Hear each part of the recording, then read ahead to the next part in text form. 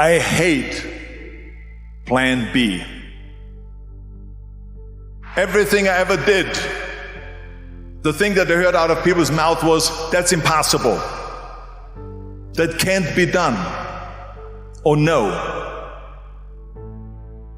We have so many doubters, the no-sayers. We have so many of those people that say no and you can't do it, that's impossible. But when you start doubting yourself, that's very dangerous. Because now what you're basically saying is that if my plan doesn't work, I have a fallback plan, I have a plan B. You're taking away now that thought and that energy from plan A. So whenever someone said to me, it can't be done, I heard it can be done. When they said no, I heard yes. And when they said it's impossible, I heard it is possible. Because I am a strong believer. I'm telling you, I've never ever had a plan B.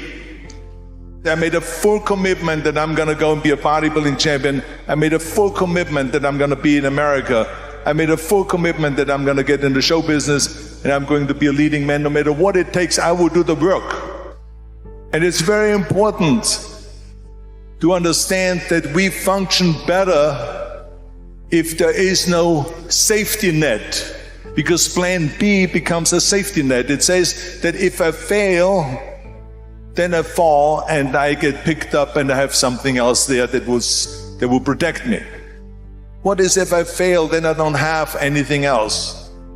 Well, let me tell you something, don't be afraid of failing, because there's nothing wrong with failing. So people always ask me, when they saw me in the gym in the pumping iron days, they say, why is it that you're working out so hard? 5 hours a day, 6 hours a day, and you have always a smile on your face. Why is that? And I told people all the time, I said, because to me, I'm shooting for a goal. So every rep that I do gets me closer to accomplishing that goal, to make this goal, this vision turn into reality. Michael Jordan said in one of his interviews, when they said, you are unbelievable, you're the greatest basketball player of all times. And he says, well, you're just mentioning the successes. But he says, for me to become the greatest basketball player, I missed 9,000 shots when I was playing basketball at the NBA games. Does it make him a failure? No. He's one of the greatest basketball players of all times, but he failed 9,000 times. Do you get it? We all fail. It's okay. What is not okay is that when you fail, you stay down. It's all about the hard work that you put in. 74% hate their job in America. The majority of people don't like what they're doing, because they're really not doing it because they didn't have a goal and they followed this goal. They just aimlessly drift around, and then all of a sudden there's a job opening, so they get that job because you have to work. But then when you work, it's a chore. It's work. It's not fun. So if you think about, only a quarter of the people really enjoy what they're doing in life. That is unbelievable if you think about it. So I felt so blessed that I knew what I was doing. It's like a medical student that studies and knows he wants to become a doctor. You know where to go. You see, if you don't have a vision of where you go, and if you don't have a goal where you go, you drift around and you never end up anywhere.